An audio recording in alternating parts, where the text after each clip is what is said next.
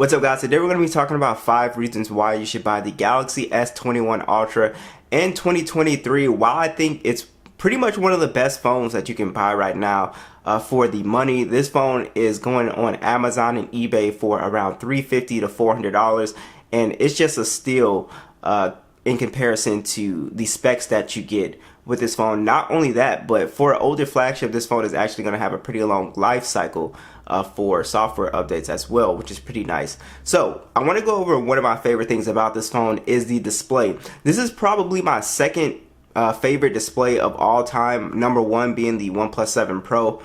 This display is pretty interesting. So unlike Samsung's other phones, like the Note phones that have a more boxier shape, this phone has a more narrow aspect ratio, so it's way easier to hold for people with smaller hands, considering that it is a pretty massive phone at 6.8 inches. I find this phone way easier to hold. It feels like it doesn't strain my hands like the boxier S23 Ultra.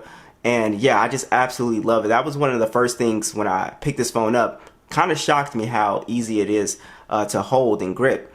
So I really like that. Not only that, but it's just a beautiful panel in general here. It's a full 1440p panel, and it is a 515 for the PPI, and then it's still pretty bright at 1500 nits peak brightness. It's got HDR 10 plus on here. It pretty much looks like the newest displays, you know, that Samsung will put out today. And it just looks absolutely beautiful, guys. And not only that, but Samsung got it really right with this phone when it comes to the curve on this phone. So unlike their older phones, this phone does have a curved screen, but it doesn't curve dramatically, guys. As you can see, it's a very minimal curve, which Samsung actually brought back. So with the S22 Ultra, they brought the more curve back, and then the S23 Ultra, they brought this type of curve back. So it's absolutely just a beautiful display. You're able to put a screen protector on this phone fairly easy, and I just love the screen on here, guys.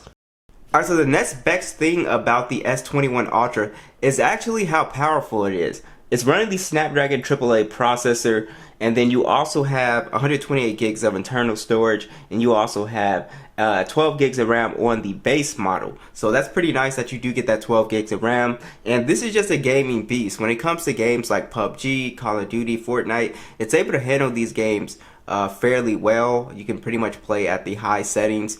And it just doesn't give me any problems gaming. It's extremely smooth. As you can see right here, we're playing PUBG on HDR Extreme, and this phone could play it at 90 frames if it was updated.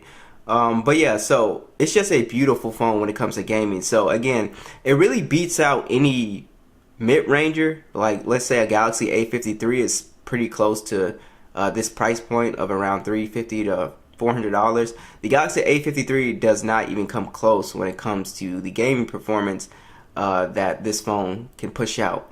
So it's just overall a no-brainer for anybody who's actually really into games.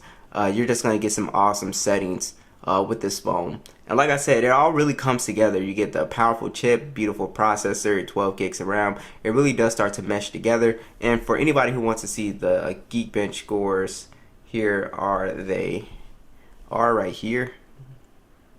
And that is your multi-core score. Next is going to be the hardware and the additional features with this phone. So typically with older flagship phones, one complaint is that, oh, the phone might look a little old. I think the S21 Ultra still looks awesome. I put it in that category with the Note 10 Plus. It just kind of has a timeless design. A lot of people really prefer the camera module that they took away. So I just really like the design on here. It kind of has a really cool sci-fi look to it, and I've always really liked it when it first came out.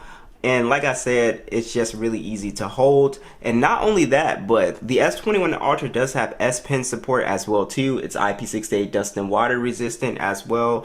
And then you also have pretty much all features that you would find in the newer phones, like Samsung desktop support, reverse wireless charging, secure folders, basically everything that you would find in an S23 Ultra is actually still going to be on this phone. So you're not really missing out on too much here.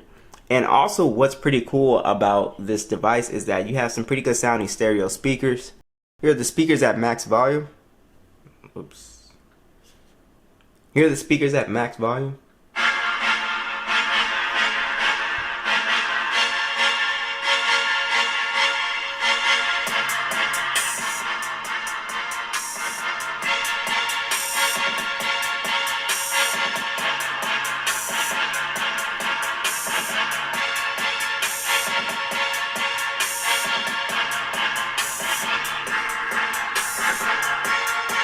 So the speakers sound pretty good, and not only that, you do have a super fast under the display fingerprint sensor, which I absolutely love. You can also take advantage of the face unlock. The next best thing about this phone is the cameras. So the cameras are still pretty much flagship quality cameras, and also it's got pretty much the same camera system that you would find in an S23 Ultra as far as all of the zooming capabilities. So it's got a 108 megapixel standard lens, it's got a 10 megapixel periscope telephoto that does 10x optical zoom, a 10 megapixel telephoto that does 3x, and then you also have a 12 megapixel ultra wide, has a macro mode, it also shoots in 8K 24, and then you have a 40 megapixel selfie cam that shoots in 4K 60. The image quality on this phone is beautiful. Check out my comparison I did to the S23 Ultra. It's even very close with the latest flagship, guys. So the image quality is really good, dynamic range is great, the selfie cam is really good, you get plenty of detail. If you are at a sporting event, the zoom capabilities of this phone is really great. Just being able to zoom in and get a shot is just awesome. It also has really good video, pretty good nighttime photography as well too.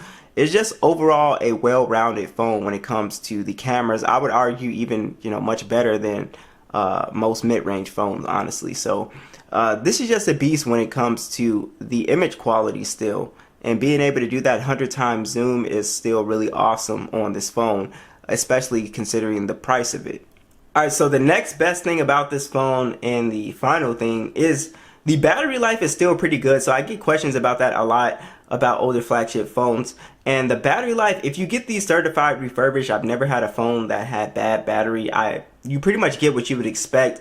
This phone initially, when it first came out, I was getting around 6 hours of screen on time, and I still get around that with this phone as a lighter user.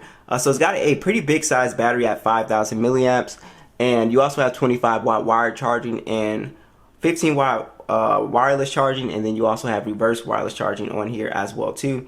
And this is just an awesome phone when it comes to battery life. So again, it's not going to give you crazy results like an S23 Ultra, but you will be able to get through the day, no problem. I've never had this phone die on me in a day. So pretty good battery life on here. Overall, just a extremely well-rounded phone. Like I said, way no-brainer. If you're thinking about picking mid-ranger up, I would get this one easily. Just crazy good camera system, beautiful display, great hardware, and you even have the S Pen support.